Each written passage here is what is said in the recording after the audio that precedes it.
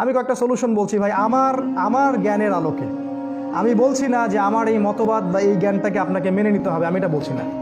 এবং আমি জানি আমি যে কয়েকটা সলিউশনের কথা বলবো এই সলিউশনগুলো সবাই মনোপুত হবে না। আমি জানি সবার মনোপুত হবে না। যাদের মনোপুত হবে না তাদেরকে নিয়ে আমার কোনো মাথা ব্যথা নাই, আমার কোনো মাথা ব্যথা নাই। কিন্তু আমি আমার উম্মাকে ভালোবাসি, আমি আমার মা বোনকে ভালোবাসি, আমি আমার মুসল্লিদেরকে ভালোবাসি, আমার ইয়াং এই জেনারেশনকে আমি ভালোবাসি। আমি চাই যে তারা আগামীতে ইসলামের পতাকা বহন করুক। আমি কয়েকটা পয়েন্ট বলবো তাদের জন্যে যারা কসমেটিক্স ইসলাম লালন করেন না, যারা জীবন দিয়ে দিবেন কিন্তু ইসলাম ছাড়বেন না, চাকরি ছেড়ে দেবে দাড়ি ছাড়বে না, যারা সুদ ছেড়ে দেবে, পরিবার ছেড়ে দেবে তাও সুদের সাথে জড়াবে না, এরকম যারা ফুল টাইম মুসলিম তাদের জন্য এই সলিউশন, পার্ট টাইম মুসলিমদের জন্য এই সলিউশন না। নাম্বার ওয়ান, এক নাম্বার আমরা যেটা করতে পারি, আমাদের এই উম্মার যে যুব সমাজ আছে, বৃদ্ধদের কথা বাদ দেন, ছেড়ে দেন, বৃদ্ধদের কথা বাদ দেন, যাদেরকে কথা বলতে বলতে বলতে বলতে ক্লান্ত, ওদের কথা বাদ দেন, ছেড়ে দেন। যুব সমাজের দিকে ফোকাস করেন। আমাদের যুবকদেরকে প্রথমে আল্লাহর পথে ফিরিয়ে নিয়ে আসেন।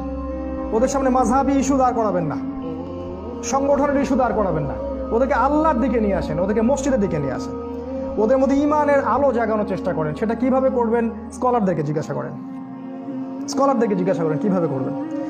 নাম্বার টু, এই যে দুনিয়ার যে মোহ, দুনিয়ার যে নেশায় আমরা পড়ে আছি এই উম্মাহ, আমাদের স্পেশালি যুবকরা, আমাদের এই যে বাংলাদেশের দিকে তাকান, বাংলাদেশের যুব সমাজ, তাদের চিন্তা একটাই এখন, কেরিয়ার, চাকরি, জব, একটা ভালো বাড়ি, একটা গাড়ি, একটা মেয়ে, দ্যাটস অল। আর কিছু আছে?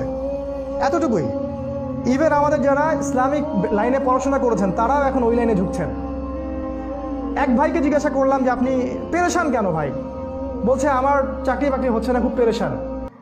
শেষে গিয়ে এমন একটা জায়গায় সে জবে ঢুকলো যে জবটা হারাম। বললাম ভাইয়া এই জন্যই কি মাদ্রাসায় পড়েছিলেন? এই জন্যই কি আপনি মাদ্রাসায় পড়েছিলেন? আপনার কাছে আল্লাহ, ইসলাম, জনগণ কি আশা করে? আপনি কি করছেন? আমরা কেন এই দায়িত্ব পালন করব? আপনারা যারা মাদ্রাসায় পড়াশোনা করলেন তারা কোথায়? মাঠে নাই কেন আপনারা? আজকে জেনারেল শিক্ষিতদের কাঁধে ইসলামের দায়িত্ব চলে আসছে। সুবহানাল্লাহ, কি আমূল পরিবর্তন! দুনিয়ার এই মোহটা ত্যাগ করতে হবে। মনে রাখতে হবে আমার বয়সী, আপনার বয়সী অসংখ্য যুবক প্রতিদিন মারা যাচ্ছে, আপনি জানেন? কোনো গ্যারান্টি নাই, কোনো গ্যারান্টি নাই। আপনি কি মনে করছেন জীবনটাকে? আল্লাহ পাক একটা চান্স দিয়েছেন মাত্র আমাদেরকে, জাস্ট একটা অপরচুনিটি। 30, 40, 50 বছর আল্লাহ পাক কলার ধরে ধরে হিসাব নেবেন, কলার ধরে ধরে।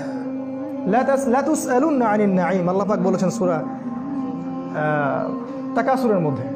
অবশ্যই তোমাদেরকে প্রত্যেকটা বিষয়ের হিসাব দিতে হবে ভাই। দুই শ্রেণীর মানুষ আছে যাদের হিসাব হবে কলার ধরে ধরে, কোরআন সুন্নাহ থেকে বলছি। এক শ্রেণীর মানুষ হচ্ছে আলেম সমাজ, কলার ধরে হিসাব হবে। তোমার ইলমের তুমি কি প্রতিদান দিয়েছো, উম্মার জন্য কি করে আসছো, আজকে হিসাব দাও। আপনারা জানেন না প্রথম যে ব্যক্তি জাহান্নামে যাবে সে একজন শহীদ, দ্বিতীয় যে ব্যক্তি জাহান্নামে যাবে সে একজন আলেম, তৃতীয় যে ব্যক্তি জাহান্নামে যাবে সে একজন দানবীর। আরেক শ্রেণীর মানুষ আছে যাদের হিসাব হবে কলার ধরে ধরে, তারা হচ্ছে পলিটিশিয়ান, যাদেরকে আল্লাহ রাব্বুল আলামিন কোনো না কোনো সেক্টরে দায়িত্ব ক্ষমতা দিয়েছিলেন। এই উম্মার প্রত্যেক মুসলিম কান্ট্রির যারা লিডার আছেন তাদের হিসাবটা হবে খুব কঠিন, খুবই কঠিন। প্রত্যেকটা জনগণের হকের বোঝা তাদের কাঁধে থাকবে, এটা বুঝায় দেওয়ার পর তাদের পুলসিরাত পার হবে। তো ভাই দুনিয়ার মোহে পড়বেন না। রাসূল সাল্লাল্লাহু আলাইহি ওয়াসাল্লাম বলেছেন একদিন সাহাবীদেরকে, শীঘ্রই একটা সময় আসছে, হাদিসটা খেয়াল করেন, যখন মুশরিকরা তোমাদেরকে এমনভাবে কচুকাটা করবে যে মনে হবে যেন দস্তরখানায় সবাই খাইতে বসছে, ক্ষুধার্ত মানুষ খাইতে বসছে, যেমন ভোগগ্রাসে সবাই খায়, এইভাবে তোমাদেরকে ইহুদি খ্রিস্টান মুশরিকরা কচুকাটা করবে। সাহাবায়ে কেরাম অবাক হয়ে বললেন, আমরা কি সংখ্যায় কম হব ইয়া রাসূলুল্লাহ?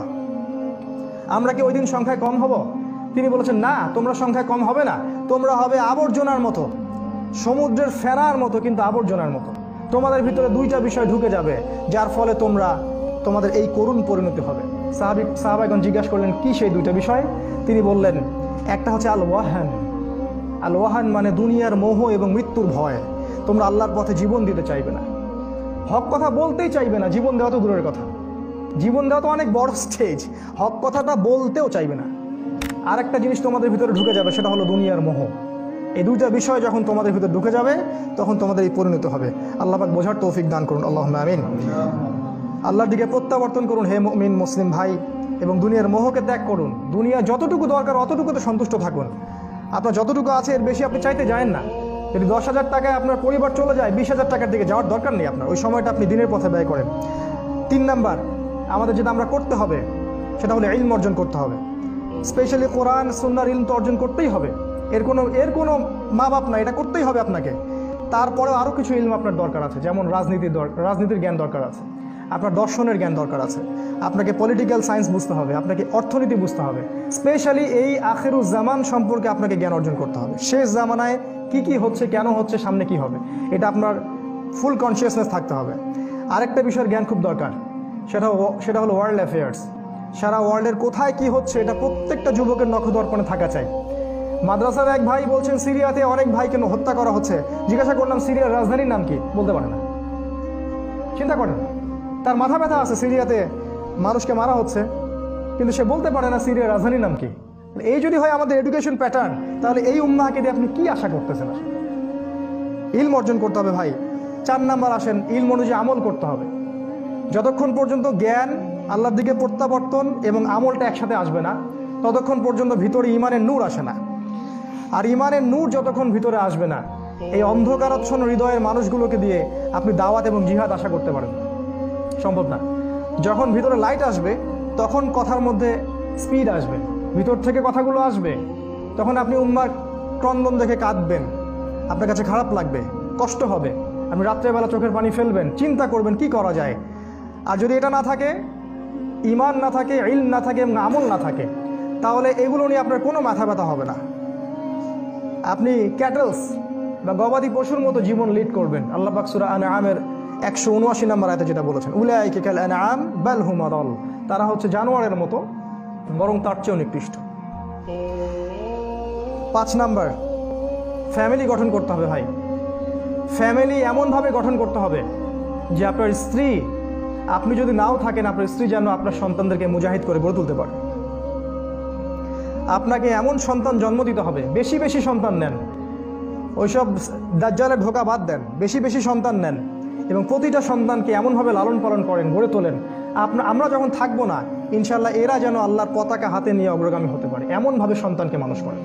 প্রত্যেকটা বাচ্চাকে এমনভাবে গড়ে তুলতে হবে যাদের ভিতরে কোরআন থাকবে, ইমান এবং নূর থাকবে, যারা কোনোভাবেই কোনো অবস্থাতেই এইসব জায়নিজমের সামনে মাথা নত করবে না, দাজ্জালের সামনে মাথা নত করবে না। যদি হাতে কিছু না থাকে, হাসি মুখে জীবন দেবে, তারপরেও এরা দাজ্জালের সামনে মাথা নত করবে না, এমন প্রজন্ম গড়ে তুলতে হবে। আমরা কি কনসিয়াস? আমাদের বাচ্চারা এখন ডিগ্রি অর্জন করবে কি সেটা নিয়ে কনসিয়াস? সারাটা জীবন ব্যয় করে দিচ্ছে, কোটি কোটি টাকা, লাখ লাখ টাকা, সময় শ্রম অঢলভাবে ব্যয় করতেছে একটা ডিগ্রি, মাস্টার সার্টিফিকেট, অনার্স সার্টিফিকেটের জন্য, অথচ ভিতরে 10টা কোরআনের আয়াত নাই, গার্ডিয়ানের কোনো মাথা ব্যথা নাই। এই গার্ডিয়ান যখন মারা যাবে, আপনার কি মনে হয় এই বাচ্চা তার জন্য দোয়া করবে? কখনো নয়। পরিবারটা গঠন করতে হবে ভাই। পরিবারের সদস্যরা যদি হাজারো বোঝানোর পর কথা না শোনে, ছেড়ে দেন তাদেরকে, আলাদা হয়ে যান, ইমানের সাথে কোনো আপোষ করার দরকার নেই। পরিবারের সদস্যরা যারা আপনার আন্ডারে আছে, হাজারো বোঝানোর পর যদি যারা শুধরায় না, ওদেরকে আলাদা করে দেন, একদম আসহাবুল কাহাফের মতো হয়ে যান। খিদির আলাইহিস সালাম বাচ্চাকে হত্যা করে ফেলছিলেন, কারণ এই বাচ্চা বড় হয়ে কাফের হবে, পরিবারকে কুফরিতে নিয়ে যাবে। সতর্ক হতে হবে, পরিবারের ব্যাপারে সচেতন হন। আল্লাহ পাক আমাদেরকে তৌফিক দান করুন। 6 নাম্বার হচ্ছে শারীরিক প্রস্তুতি। আমাদের যুব সমাজকে এই করাপ্টেড খাবারগুলো ত্যাগ করতে হবে। যে খাবারগুলো আমরা ভক্ষণ করছি এগুলো করাপ্টেড। আমাদেরকে সেই শিকড়ে ফিরে যেতে হবে, এমনভাবে আমাদের ফিজিক্যাল স্ট্রাকচার গড়ে তুলতে হবে, সেটা ব্যায়ামের মাধ্যমে হোক, ফজরের পরে দৌড়ানোর মাধ্যমে হোক, এক্সারসাইজের মাধ্যমে হোক, যেভাবে হোক, ভালো ফুড হ্যাবিটের মাধ্যমে আপনার ফিজিক্যাল গ্রোথটা যেন মেদালা ভুড়িয়ালা না হয়। মুসলিমদের ভুড়ি ছিল, এটা কখনো কল্পনাও করা যেত না, এটা কখনো কল্পনাতে ছিল না। উমর রাদিয়াল্লাহু আনহুর সামনে এক ব্যক্তি আসছিল ভুড়িয়ালা, উনি লাঠি দিয়ে গুতা মেরে বলেছিলেন, মা হ্যাঁ এটা কি? তিনি বলেছেন বারাকাতাম মিন ইনদিল্লাহ। বোকা লোকটা বলেছিল আল্লাহর বরকত এটা। উমর বলেছেন বাল আযাব মিন ইনদিল্লাহ, এটা আল্লাহর আযাব। বোকা লোক কোথাকার, বোঝো না? মুসলিমদের ভুড়ি ছিল, এটা চিন্তা করা যেত না কখনো। আজকে দেখেন আমরা এমনভাবে ফিজিক্যালি উইক হয়ে গেছি, আমরা কিন্তু এই জিহাদের ময়দানে টিকতে পারবো না। তাই এই শহরের এই সব পলিউশন ছেড়ে কান্ট্রি সাইডে যেতে হবে এবং সেখানকার আলো বাতাস আপনাদেরকে অভ্যস্ত হতে হবে, সার্ভাইভ করতে হবে, ফিজিক্যালি স্ট্রং থাকতে হবে। আল্লাহ পাক তৌফিক দান করুন, আল্লাহুম্মা আমিন। 7 নাম্বার, আমি কয়েকটা পয়েন্ট বলে শেষ করে দিচ্ছি, 5 মিনিট সময় নিচ্ছি ইনশাআল্লাহ। 7 নম্বর হচ্ছে ইকোনমিক সেক্টরে আমাদেরকে স্বয়ংসম্পূর্ণ হওয়ার চেষ্টা করতে হবে। আমরা অর্থনৈতিকভাবে ওদের মুখাপেক্ষী হয়ে গেছি। দ্যাট ইজ ওয়াই তারা